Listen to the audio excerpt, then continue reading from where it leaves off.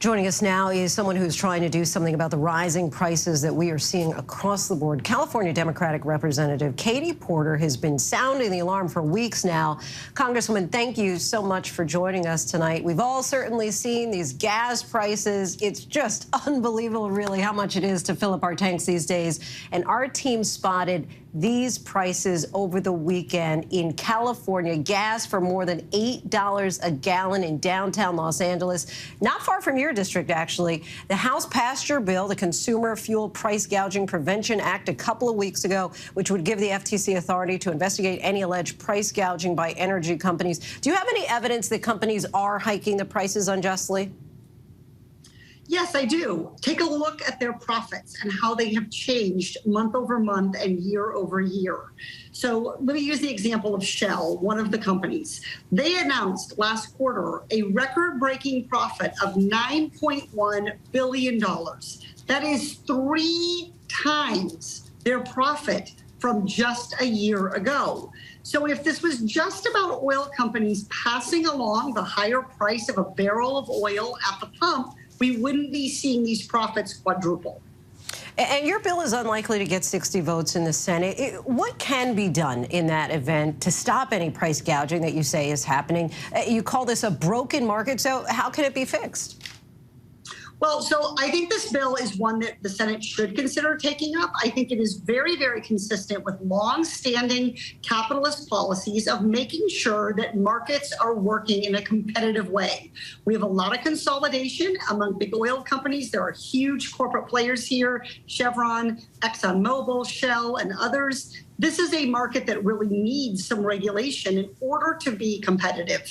And we have it's been longstanding American policy at the state level that attorneys general can take action to crack down on price gouging in the event of a natural disaster or other kind of emergency. And what our bill would do is allow the president to make the decision that there is an energy emergency, for example, caused by something like the invasion of Ukraine, and then to empower the Federal Trade Commission to investigate.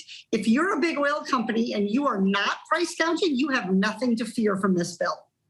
And you are, as you well know, one of the only single mothers in Congress. You have 3 children. You've spoken at length about just how you felt the pinch, certainly, as the cost of groceries have skyrocketed, gas. Last month, you reportedly gave an emotional speech to the House Democratic Caucus about just how inflation is hitting your family personally. Has it sunk in since then to your colleagues, do you feel, as far as the urgency of this crisis? Well, there was definitely urgency in the caucus around fuel and gas prices at the time I made those comments. And I was actually responding to my colleagues' concern about prices at the pump by saying we ought to also be concerned about the prices of food, because that really is it's a critical expense for families. There are very few ways to economize. We're already not eating out. We're already cooking. We're already changing our eating habits. We're saying no to the avocado, no to the blueberry, no to the bacon, yes to, black beans, yes to other kinds of things, yes to the generic brands to try to cut those costs. And so I do think it helped focus people on the price of food as another key expense that families are facing. And so now we're able to think about what we're going to do about the food costs that we've seen. I think there's some price gouging going on. Again, a lot of consolidation, a lot of market power, a lot of monopolies in the food market. It's a handful of companies, 3 or 4 companies that control 75–80% of the market for bread, the market for pasta, the market for beef, the market for pork. And as a result, we really have to be concerned about price gouging in times like this for food. And it hits families literally at the dinner table. And our recent ABC News poll showed voters trust Republicans 50% as opposed to 34% for Democrats to handle the economy. With the midterms right around the corner, are you concerned that this single issue might actually cost Democrats both the House and Senate? I think it's really important for Democrats to lead the way on the economy. The evidence is year after year, election after election, vote after vote, Democrats do a better job creating a strong, stable, globally competitive economy. And what we're seeing with inflation is Democrats recognizing the problem and offering solutions. It's everything from the fuel price gouging bill, my bill that we just talked about to help reduce fuel gouging at the pump, to cracking down on things like abuses in the meatpacking industry. Democrats are moving forward on solutions, bringing down the price of childcare, bringing down the cost of insulin.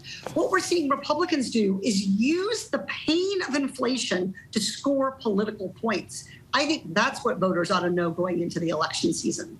And as you know, many Americans have really lost faith, though, in Congress. I mean, what do you say, for example, to a struggling constituent in Irvine who sees $40 billion is heading to Ukraine, but might be wondering, well, when is the relief on the way for me at the pump in the supermarket? Yeah, there's no doubt that every elected official, Democrats included, I hold my own party to the very highest standards in this regard, need to be understanding what it's like for everyday families. My gas tank right now is at a quarter full. I'm not looking forward to pulling in to fill up, and neither are my constituents. I understand and know that. I worry when I get to the register at the grocery store. What is the bill? Is it going to be $100, $115? I notice it used to be 80 or 90.